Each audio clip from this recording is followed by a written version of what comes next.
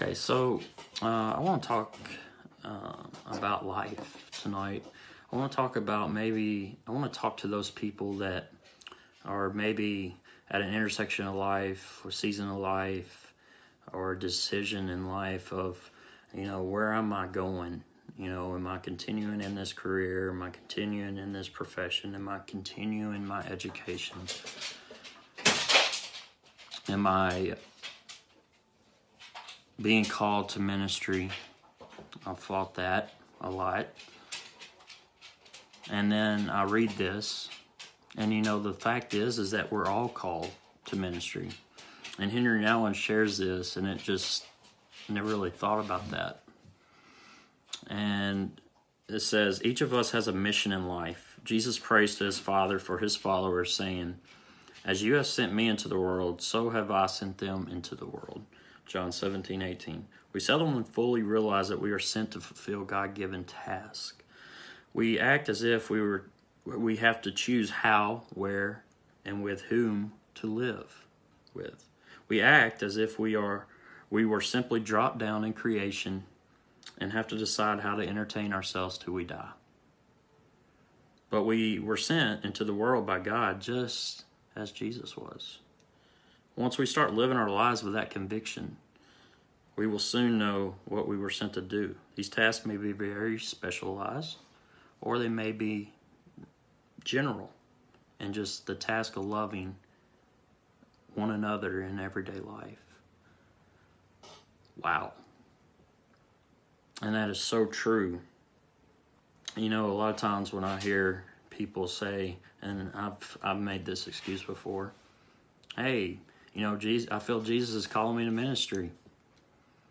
So what does that mean? How do I want to approach that? Well, that means I need to go get a job at the church and, live my daily life in the church, serving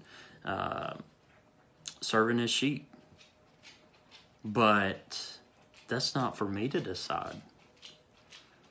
And it just hit me. It's like, I'm that person I'm trying to choose how, where, when, and with who I am to minister to or with. And that's not my decision. Instead, that's a tactic that Satan uses for us to be complacent, to not step into faith or to be in community with others or to share his good news.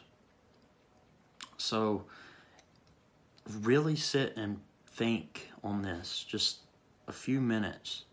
You, me, your neighbor, the person down the street you don't like, the person that goes to a different church, or the person that doesn't go to church, or the person that's living on the street that doesn't have a home. We're all called to minister, and we were all sent by the same God for God-given task. Let that sit for a minute. So maybe it's not the role that you want. And this story that God is writing is in this, what we call this world on earth, life on earth. Maybe it's not the role. Maybe it's not the leading role.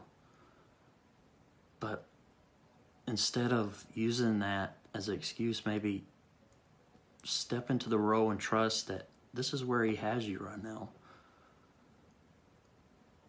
And trust that and live that and let him bring the people that he wants you to serve into your life or where he wants you to serve.